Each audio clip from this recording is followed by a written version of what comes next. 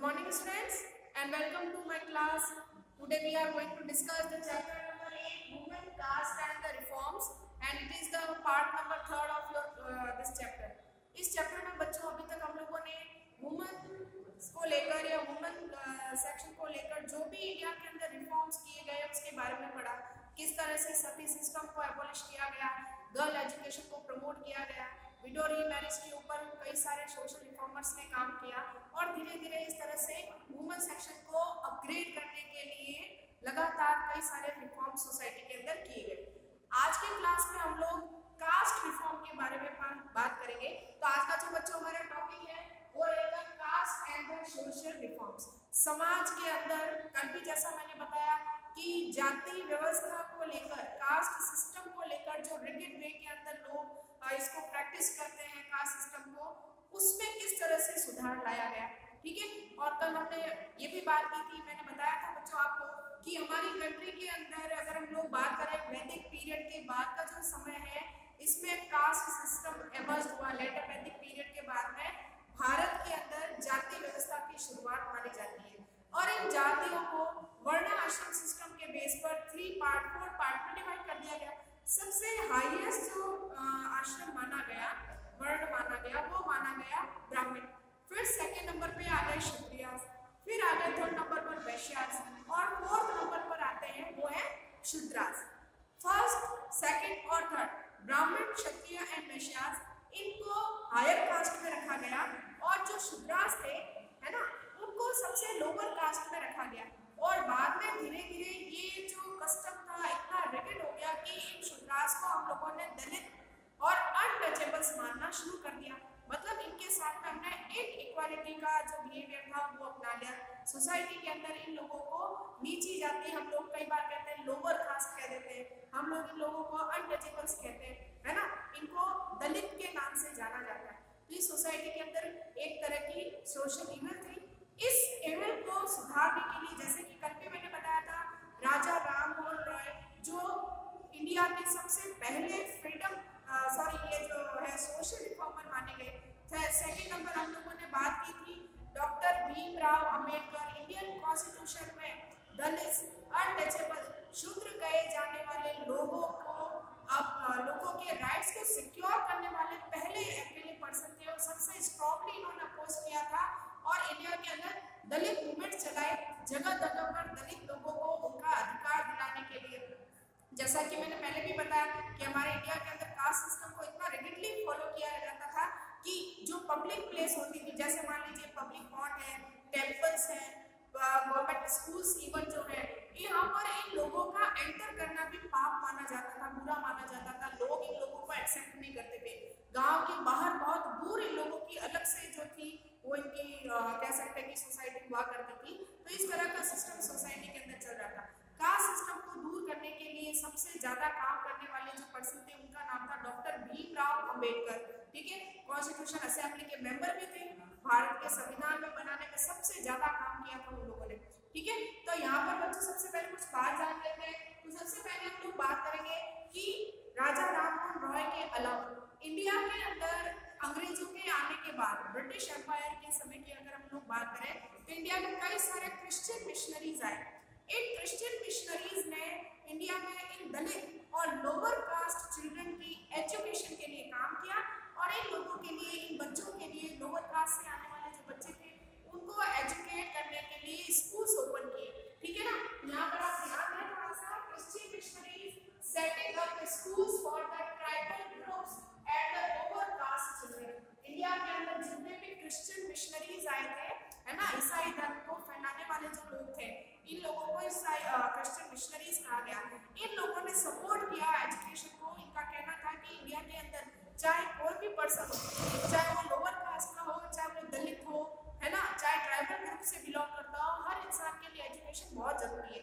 और इसीलिए इनके लिए स्कूल्स खोले गए, सेपरेट स्कूल बनाए गए जहाँ पर इनको एजुकेशन दी जाती थी। मोस्टली एजुकेशन बच्चों वेस्टर्न एजुकेशन हुआ करती थी। ठीक है, सेकंड बात करते हैं हम लोग the people begins to work at the municipalities and army.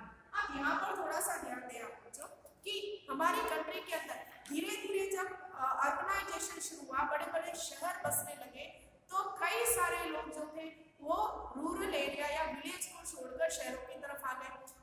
शहरों की तरफ आ तो गए, लेकिन यहाँ पर शहरों के अंदर जॉब अपॉर्चुनिटी बहुत ज्यादा हुआ करती थी। शहरों में लोगों ने काम ढूंढना शुरू किया, कई सारे लोग आर्मी में चले गए, कई सारे लोग म्युनिसिपैलिटी के अंदर चले गए और तरह तरह के काम लोगों ने शुरू कर दिए।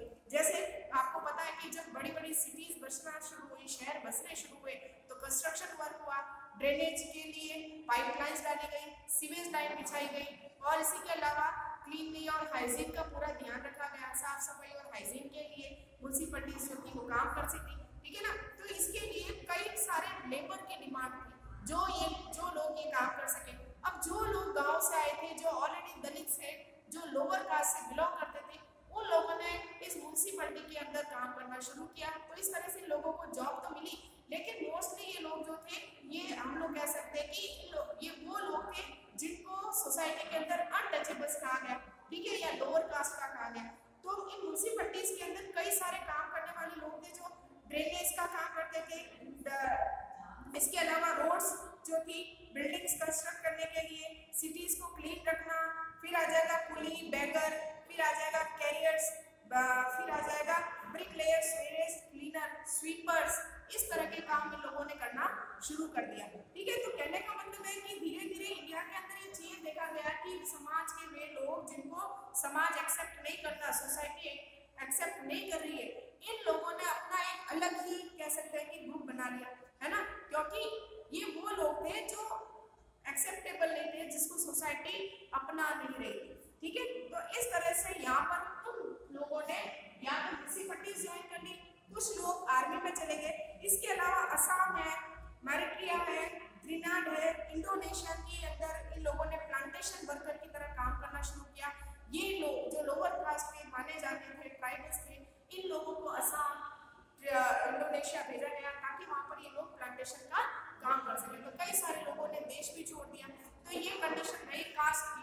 कास्ट को लेकर जो बिहेवियर सोसाइटी के अंदर इन लोगों के प्रति था, उसको दूर करना सबसे ज्यादा जरूरी था, ठीक है। और अब यहाँ पर हम लोग बात करेंगे बच्चों कि डॉक्टर भीमराव अंबेडकर ने दलित मूवमेंट, कल भी मैंने बताया था कि इंडिया के पहले ऐसे लीडर जिन्होंने नेशनल लेवल पर दलित मूवमेंट को लीड किया, ताकि इन दलित लोगों को, इन लोअर कास्ट को, इन अनटचेबल्स कहे जाने वाले लोगों को इनके राइट्स मिल सके, इनके अधिकार मिल सके। बाकी सारे लोग जिस तरह से फ्रीडम, इक्वालिटी को अपना रहे हैं, उसी तरह का ट्रीटमेंट जो इन लोगों के साथ में हो सके, ठीक है। अब यहाँ पर हम लोग बात करेंगे बच्चों demand for the equality and justice.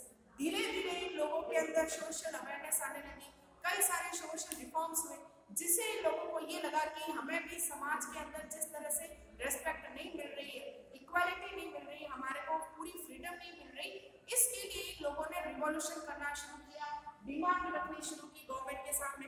और कई बड़े बड़े लीडर जो थे वो इन लोगों का सपोर्ट करने लगे, जो खुद लोअर कास्ट या दलित फैमिली से बिलोंग करते थे, ठीक है ना। तो यहाँ पर ध्यान दें कि बच्चों बेसिकली अगर हम लोग देखें second half of the 19th century, people from within the non-Brahmin caste began organize the movements।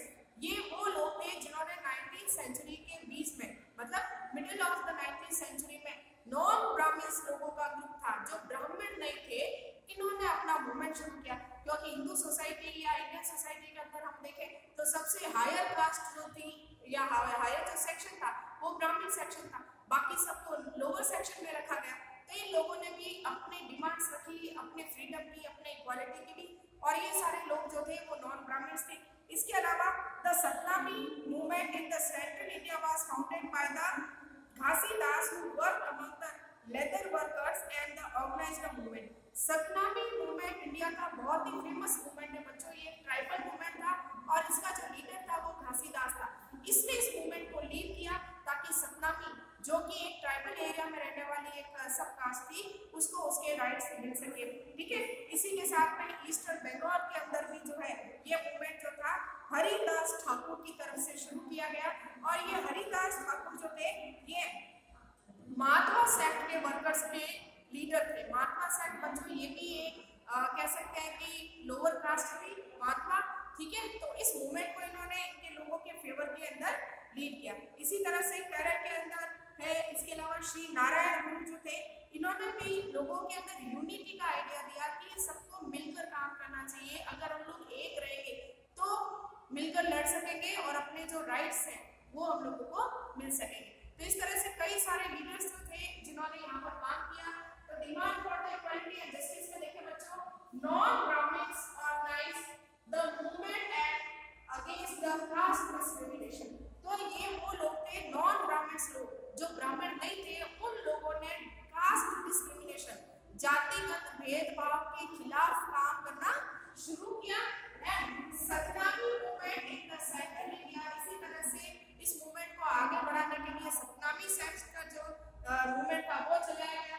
Eastern Bengal के अंदर हरिदास ठाकुर जो थे, है ना, जो महात्मा सेक्ट के थे, इन्होंने ब्राह्मण टेक्स्ट पर क्वेश्चन किया। ब्राह्मण टेक्स्ट मतलब वे सारे के सारे ग्रंथ, वे सारी किताबें जहाँ पर ब्राह्मण्स को ज्यादा से ज्यादा कह सकते हैं कि इंपॉर्टेंस दी गई, वहां पर क्वेश्चन मार्क लगाया गया कि सब हर इंसान एक जैसा है, सबके अंदर किसी को, सबको ऊपर वाले ने एक जैसा बनाया, तो फिर ब्राह्मण ही स्पेशल क्यों है, ठीक है ना। तो इस तरह से ब्राह्मण टेक्स्ट पर क्वेश्चनिंग की गई, ठीक है। अब यहाँ पर है एक बच्चों आपने बुक है गुलाम अली, ये ध्यान रखना आपके क्वेश्चन बिल्कुल इंपॉर्टेंट है। गुलाम अली ज्योतिबा फूले, ठीक है, जिनका जन्म 1827 के अंदर हुआ था, ठीक है।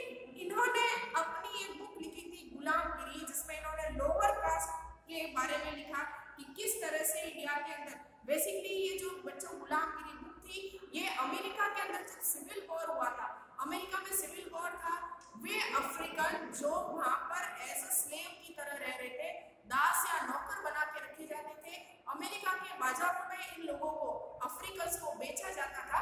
तो जब इन स्लेव्स के फेवर में जब भी अमेरिका के अंदर सिविल वॉर हुआ, मूवमेंट चला स्लेवरी को खत्म करने के लिए, उसके फेवर में ज्योतिबा फुले ने एक बुक लिखी थी जिसका नाम था गुलामगिरी, ठीक है।